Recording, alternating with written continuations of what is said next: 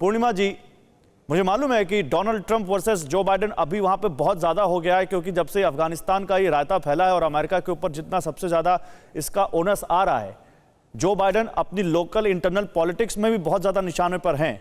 लेकिन क्या आपको लगता है कि जो बाइडेन अब अमेरिका के लिए एक किरकिरी का सबब भी बनते जा रहे हैं इस अफगानिस्तान एपिसोड के बाद? देखिए, मैं पहले भी कह चुकी हूँ। नमस्कार everybody, thank you so much for having me. देखिए, पहले मैंने ये कहा है कि credibility of Biden is absolutely below zero. He has no credibility right now. जो प्रेसिडेंट पहले थे, पहली बार एक अमेरिकन प्रेसिडेंट रहा है जो कोई नया वॉर शुरू नहीं किया और जो वॉर चल रहे थे उसको ख़त्म करने की स्ट्रेटजी बताए थे।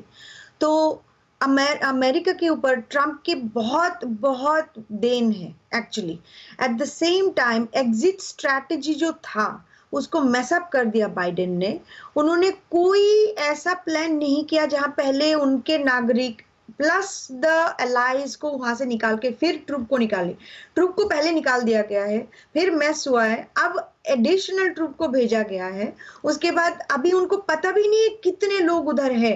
अभी भी हमारे सूत्रों के हिसाब से ये पता चलता है कि 15,000 to 17,000 American citizens and allies वहां पे है। उनको नंबर भी नहीं मालूम है। आप लेकिन जब आप ये बोल रही थी कि जो बाइडेन की क्रेडिबिलिटी बिल्कुल जीरो हो गई है, तो मैं रोहित का एक्सप्रेशन देख रहा था, उन्होंने ऐसे सिर हिलाया, नहीं ऐसा कुछ नहीं है। रोहित, आप ऐसा क्यों कर रहे थे? नहीं गौरव, मैं ये ऑब्वियसली बात है। देखिए, जो हमारी गेस्ट कह रही थी, ऐसा नहीं है कि उनकी क्रेडिबिलिटी जीरो है। ऑब्वियसली प्रश्न चिन्ह लगे हैं ऑन द स्ट्रेटजी।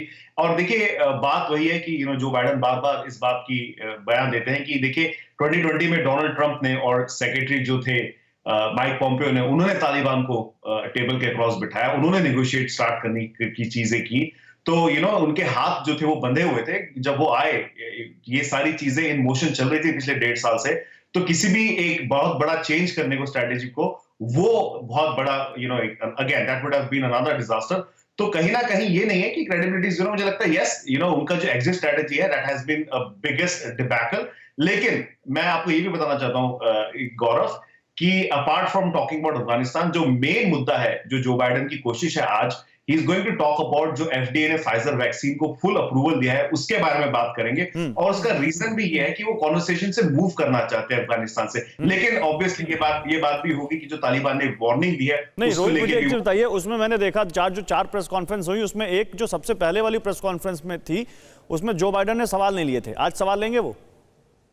डिपेंड करता है गौरव, ये चीजें I'll be surprised if it does not। लेकिन अगेन मुझे लगता है 1 या 2 सवाल तो जरूर लेंगे। और भले ही वो शायद कोविड के बारे में बात करने की कोशिश करेंगे, लेकिन मुझे लगता है जितने भी रिपोर्टर्स होंगे वहां पे, they would want to talk about Afghanistan. Gaurav, Ashok sir के पास भी चलते हैं। अशोक सर, मैं आपसे जानना चाह रहा था, रोहित जिस तरीके से बात कह रहे हैं या फिर पूर्णिमा जी कह रही थी कि देखिए ट्रंप का वो डिसीजन था, बाइडेन उसको फुलफिल नहीं कर पाया, बाइडेन का डिसीजन था, बाहर निकलने का डिसीजन किसी का भी हो, लेकिन आपको लगता है कि अमेरिका लंबे समय तक इस चीज से बाहर आ पाएगा, ओवरकम कर पाएगा, खासतौर पर जिस तरीके से अमेरिका की आलोचना हो रही है? देखिए, जैसे अमेरिका की ह्यूमिलिएशन हुई है इस समय, तो वो मेरे विचार से उसके लिए बहुत मुश्किल होगा उधर से बाहर निकलना। देखिए, जो हमारे वो गेस्ट भी बोल रहे हैं और वो कह रहे हैं, उसमें कुछ तथ्य भी है, उसमें कुछ एक्यूरेसी भी है, क्योंकि ऐसी बात नहीं है बाइडेन कहते हैं जो ट्रंप ने किया मैं उसको आगे ले जा रहा हूं। देखिए, बहुत सारी ट्रंप की पॉलिसीज हैं जिसको बाइडेन ने उल्टा किया है। जो पेरिस अकॉर्ड है उसमें से ट्रंप निकल आए थे, वो आ गए थे। सवाल लेकर फिर ये ईरान अकॉर्ड है, ईरान के साथ उन्होंने वो खत्म कर दिया था उसको, फिर वो लाने का प्रयास कर रहे हैं। तो देखिए, प्रेसिडेंट के पास पूरी पावर होती है जो वो क्या करना चाहें। परंतु ये मैं मानता हूं जो ये ठीक है, जो उनको निकलना था, पर इतनी जल्दी निकलना था इसके लिए, और कोई बिना सारी सुइयां वहीं आकर टिकती हैं अशोक सर की। एग्जिट तो सबको होना था सुमित, लेकिन एग्जिट किस तरीके से होना था, सब वहीं पर आकर टिकता है और वहीं पर सारी दिक्कतें दिखती हैं। मैं आप लोगों के पास आता हूं, मैं जरा एक बिग वॉल पर और यहां पर डेटा दिखाना चाहता हूं।